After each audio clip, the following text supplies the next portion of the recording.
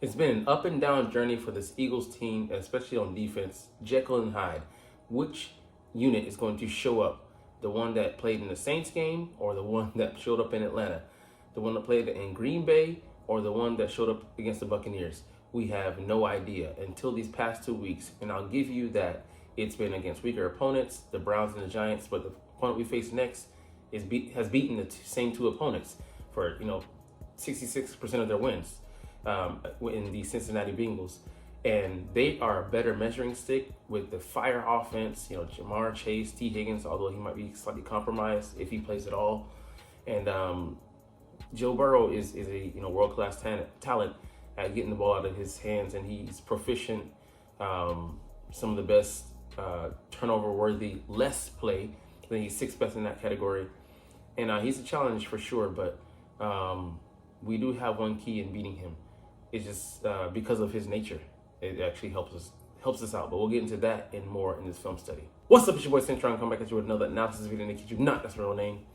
Eagles Giants film review. Now this is music. Nah, I'm playing 90s stick, 90s babies. You know what I'm talking about. Now this is a Vic Fangio defense, or 80s babies, because I'm that. Anyways, we've seen this defense, play poorly, play good, but it all comes down to communication and them knowing what they're doing out there. So not running around with chickens with their head not running around like chickens with their heads cut off. They've looked better because they've been able to do these two things: communicate and they've been able to communicate and be able to distribute their responsibilities accordingly. So it's been kind of shocking to see, but the potential of this defense, as well as them pressing and coverage. We'll get to some of that stuff later, but getting out to the quarterback, it's come in bunches. The bulk of their sacks these past 2 weeks, they had 8 through 5 weeks, and then all of a sudden an explosion. But Vic Fangio, credit to him listening to his players and letting them do some things like being in the 4-point stance.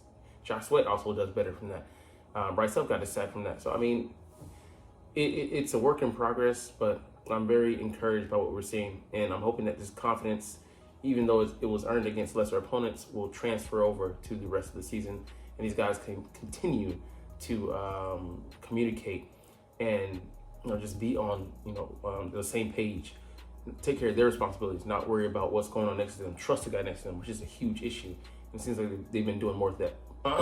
Sorry, it seems like they've been doing more of that. But let's get into some of the film study here. So the route distribution and split safety. So having the safeties cover equally in area of field, and also the lower hemisphere and the higher hemisphere, so that they can divide up duties, and they're pretty much interchangeable in this defense. All right. Let's see. Kobe Dean here had his best game. Let's see. I think this is him here. Not him here. Him covering that route. Just taking that away. Allowed for the throw to be late coming in there from Slay. To Slay, and Slay handling that on the outside, covering his half of the field. Just tight coverage against neighbors. We haven't seen this that much this season, and last season as well. So you're encouraged by what these corners are showing up in press coverage, up in their territories, their areas, their zones, and how quick they close down on a lot of these windows. Making it more competitive and more challenging throw for the quarterback to have to make, instead of these easy dink and dunk completions that we see them giving up, and then them having those empty air spaces, air pockets, just letting these guys catch and release. You're on a damn fishing program. All right, Cooper DeJean definitely has had a fantastic first couple of starts, and he's played terrific. In addition to being a special teams addition out there in the return game, supplanted our punter who's on IR right now.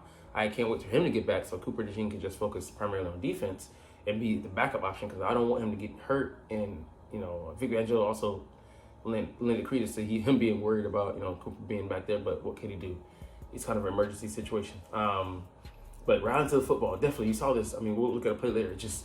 I'm like, damn, I have never seen, I feel like Slay move so quick in his life. And then the Kobe Dean coming right after him, rallying to the ball like eagles to a prey. All right, let's see, where's Cooper DeJean here? think this might be him. I mean, the way he just switches off and he gets there, bam. You know, I mean, like, it's like that. You know, like we missed that athleticism. Young guys running around with, you know, that speed. He ran the 4.42, 4.43 coming out of Iowa, and you know, prevents the first down. That's huge because, you know, it looks like a huge gain there, but him preventing that forced them to you know, to play, I think, on 3rd and short, and then they muffed it and they're kicking off to him to get us back the ball. So I mean, that's in itself is huge. And Kobe Dean made a huge hustle play the week previous, and yeah, you know, it was kind of like, you know, don't put yourself in that position. And he hasn't been the best in coverage, but, you know, those plays matter as well. So, you know, we want to ding him for a lot of things. We got to give him his credit when he does well as well. So give the young guy, the young bull here, you know, his. And yeah, we're playing in zone, and he is a better zone corner than a man corner in Cooper DeJean, but we're doing what the scheme is asking for. It'll be a real good look-see this weekend to see how he handles himself in coverage, and I think we're going to play more man. I agree with Philly from room because Joe Burrow has struggled against cover one, and you know, he's completed less passes, and that's the way to go. The Vic Fangio, who had success against him in the past, giving him those cover one looks, will do that. All right, he didn't send a blitz, which is for me just confounding because you're like, what? You saw people coming up the gap, but no, those were replacement, you know, CRT, not critical race theory, critical replacement theory. And, you know, if you know, you typically bring your outside linebackers, your edge linebackers in this kind of pseudo 3-4 front. And, you know, you send them on blitzes, but, you know, have them drop into coverage, and you'll bring blitzers from different places. That could be the linebackers, that could be at the safety level, secondary level, or even a corner blitz, nickel corner blitz. We've seen those with Cooper DeJean. And you just never want the offense to get a beat on where you're coming from. You just want to keep it random, or, you know, methodically random, and come from different gaps, A, B, C, obviously D, and, you know, it just confuses them, you know, especially, you know, the linemen, this is like maybe the third opponent in a row will have like a backup lineman we're dealing with, and those guys are playing with new people next to them, different talent levels, you know, second, third string. So I mean, there's a lot that goes into, you know, 11 guys being on the same page to make a play successful. Even if one guy just screws his job up badly, it can screw up the efforts of those other 10. So yeah, it's the whip concept where he sends edge rusher, drops him into coverage, and sends a linebacker. So at this time, weak side linebacker. We'll see how they replace the guys. So I think who drops here. So Josh Sweat is dropping into coverage, and then we send the guy. I didn't even see it because I was watching Josh Sweat. Who gets there? It might be Nakobe. Is that Nakobe Dean? Damn, he just blasted him. You know, I mean, you love to see that. These guys getting in there, getting quick pressures. The coverage has to hold up, which it did, you know, for the majority of this game. Malik Neighbors was limited to 4 catches for, I think, 43 yards, which is, you know, tremendous. This is the lowest output that he's been held to his rookie year. So, I mean, it's just a masterclass by Vic Fangio, and I would say blitz because, you know, I think blitzing out, I was automatically think, you know, sending, like I said, edge rushers or, you know, interior pressure with linebackers, but to find out that he just balanced out the numbers and he allows him to stay +1 in the run and the pass coverage game.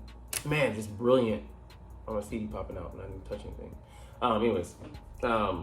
Allows him to play, you know, with those extra pieces that he has, and, you know, the more you have in coverage, the more you want to feel, and you feel secure in being able to handle what they're trying to dish out, as if you can get there. So, and the guys were getting there. I think they had like a 55% pressure rate, which is insane. I think maybe one of the highest, if not the highest, this year. All right, communication and route distribution. So Nakobe Dean has been great in coverage, but he finally like something clicked for him. You know, he sunk into certain zones, took away passing windows, and, you know, allowed, him and, you know, the DBs made Daniel Jones hold it for extra beat. He has to hesitate there or give every extra hitch. That gives extra time for those guys coming after him to get there. So let's see how that worked out for us here. See, excellent coverage. He has to hold it. Let's see who he might have been wanting to go through to. So maybe there's middle of the route there. I mean, just excellent. He takes that away, and he has to, he's forced to hold on to it, and the guys get there. So middle of the field. You take that away, you can do a lot of things. Safeties and linebackers cover perfectly in sync. So everybody has to be on the same page. Like I said, just one guy who drifts a little bit too far, like thinking, oh, I got to cover this zone here. Someone flash across my face. He doesn't show discipline. Everything just breaks down. All right, so this one wasn't whipped, as he said on a tweet. Both edge rushers dropped, which is crazy. BG drops, as well as, I don't know who's on the other side. Could be Josh Sweat. But then Booker plays as an athletic nose tackle. He's giving us flexibility as well in the interior. Kobe Dean blitzes. And like I said, he's been good at getting to the running back, but hasn't been able to get past him. But he just times it well, shoots past the guard there, and takes Daniel Jones down. I mean, that's exactly what you want to see from him. And he isn't the most athletic in space, but like when you go forward, I mean, he looks like he's shot out of a cannon here. Just easily gets past the guard using his momentum, carries the rest of the way there, and slam dunks the quarterback. I felt bad for that Jones a little bit in this game, but I mean, it's what it is. Dean in coverage here. Let's follow, see how he sinks his hips. Takes that away. And that spatial, I'm like, it wasn't just, like the initial coverage. He just moves along with the guy, just kind of like innate, sensing. And I'm just like, I don't know what happened, what clicked for him, but, he looks a hell of a lot better than he did to begin the season and in training camp. Because he was coming off injury, yeah, I get that. And, mental reps don't, suffice as far as, preparation goes, just being out there on the field. But this is a step up. So if we can see more of this going forward, I'd be encouraged to say, he'd have a stronghold on the starting job moving forward. All right, run defense, 4-man front. So Jalen Carter and Jordan Davis both taking up double teams here. That allows Nakobe Dean, I think, to gap. Just, he's kept clean. Yeah, light work. You can see him just, bam, he's able to attack. Get in there. Because he's not the biggest guy. But, the run game, when he sees and he trusts what he's seeing, he's one of the better guys in the league at, just stopping guys. He has good stopping power. He's a strong hitter, even despite his 220-pound size. Like, he's very physical. All right, remember the game a few weeks ago when the Eagles cornerbacks played 10 yards off? Yeah, just frustrate the hell out of you.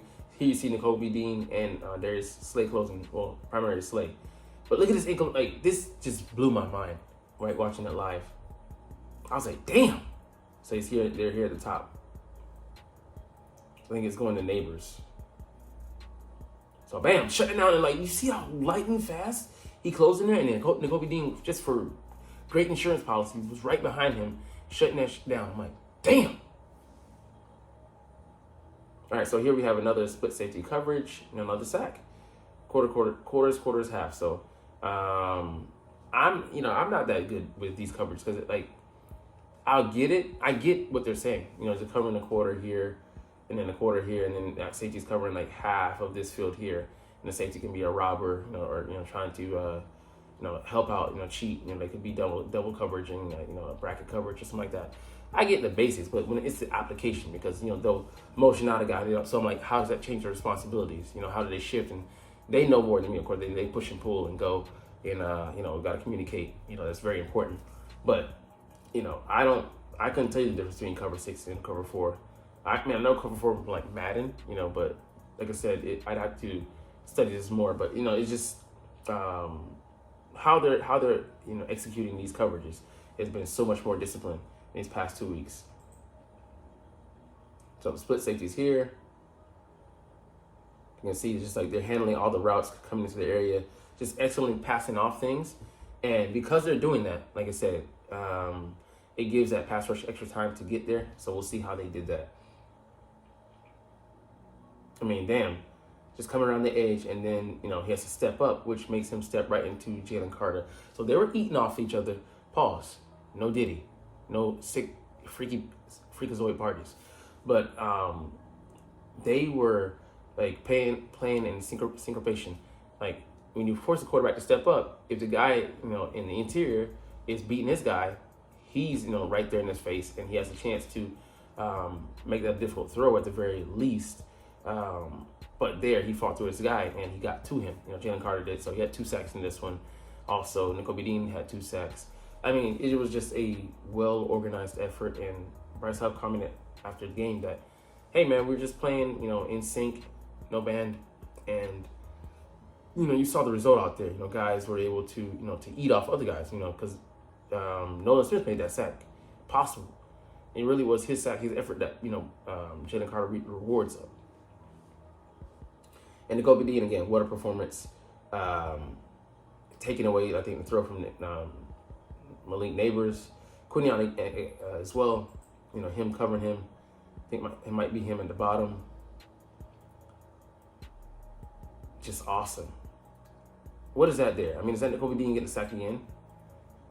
It's just another excellent time. And he gave extra effort there. So you can see that he gets knocked to the ground, gets back up, and gets chopped. You know, he just keeps fighting, doesn't give up on the play. So a lot of guys might have mailed it in, be like, well, you know, I'll just stay down. You know, he gets up, you know, Tyrone Tracy does his best, undercuts him. He gets back up and then just, you know, nails Daniel Jones. I mean, doesn't get a penalty on that tackle. Just beautiful work, man. Definitely, this was a lot of fun to watch. Fun to evaluate as well. And, you know, just you hope to see this being a repeat performance, not, you know, you know, just a momentary passing in the night.